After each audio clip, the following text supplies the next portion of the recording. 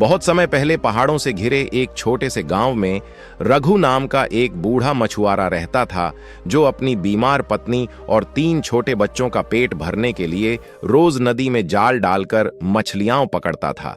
लेकिन उम्र के साथ उसकी ताकत कम होती जा रही थी और घर में खाने तक के लाले पड़ गए थे। उस सुबह भी उसके घर में न अनाज था, न चूल्हा जलाने की उम्मीद। बच्चे भूख से रो रहे थे और पत्नी कमजोर आवाज में कह रही थी कि शायद आज भी कुछ नहीं मिलेगा। रघु भारी कदमों से नदी की ओर गया और बोला, हे नदी माता, आज मेरे बच्चों के लिए कुछ दे देना। उसने पहली बार जाल फेंका, लेकिन जाल बिल्कुल खाली निकला। दूसरी बार भी उसे कुछ नहीं मिला।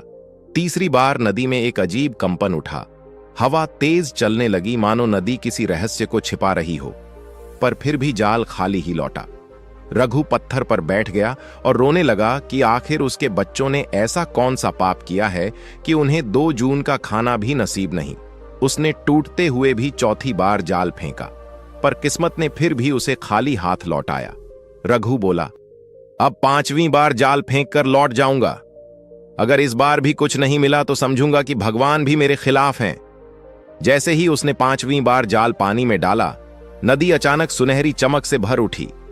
पानी में कोई अद्भुत रोशनी फैली और रघु ने डरते डरते जाल खींचा तो उसमें एक पुरानी चमकदार सुनहरी चीरा निकली, जिसके ढक्कन पर लाल मोती लगा था और बोतल पर अजीब रहस्यमय नक्काशी थी। रघु ने बोतल उठाई ही थी कि ढक्कन अपने आप खुल गया और अंदर से काला धुआं निकलकर आसमान तक छा गया। उसी धुएं से एक विशाल जिन प्रकट हुआ, जिसकी गूंजती आवाज से नदी, पेड़ और हवा तक कांप उठी। उसने पूछा, कौन है जिसने मुझे सदियों की कैद से मुक्त किया है? रघु डरते हुए बोला, मैं एक गरीब बूढ़ा मछुआरा हूं, बस जाल फेंकते हुए आपको पा गया। जिन बोला, तुमने मुझे आजाद किया है, इसलिए मैं तुम्हारी 3 इच्छाएं पूरी करूंगा। रघु की आंखें भर आईं और वह बोला, मेरी पहली इच्छा है कि मेरे बच्चों को कभी भूख न लगे, हमारे घर में हमेशा खाना बना रहे। जिन ने हाथ उठाए और कहा, तथास्तु।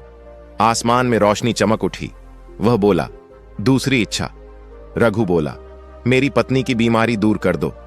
जिन ने फिर कहा, तथास्तु, और उसी पल गांव में उसकी पत्नी की सांसें सामान्य हो गईं।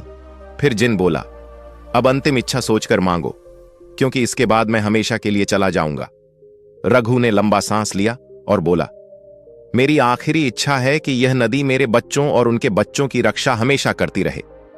जिन कुछ पल चुप रहा, फिर बोला, तुमने धन, सोना, ताकत कुछ नहीं मांगा, सिर्फ अपने परिवार की सुरक्षा मांगी है, इसलिए यह वरदान नहीं, आशीर्वाद है। उसने हाथ आसमान की ओर उठाए। पानी सोने की तरह चमकने लगा। हवा में संगीत जैसा कंपन उठा और जिन रोशनी में बदलकर गायब हो गया। रघु घर पहुंचा तो देखा कि घर अनाज से भरा है। बच्चे पेट भरे हुए हैं और बीमार पत्नी बिल्कुल ठीक खड़ी है। रघु की आंखों से आंसू बह निकले। उस दिन के बाद उसका घर कभी खाली नहीं हुआ। वह अमीर नहीं हुआ, पर कभी भूखा भी नहीं रहा।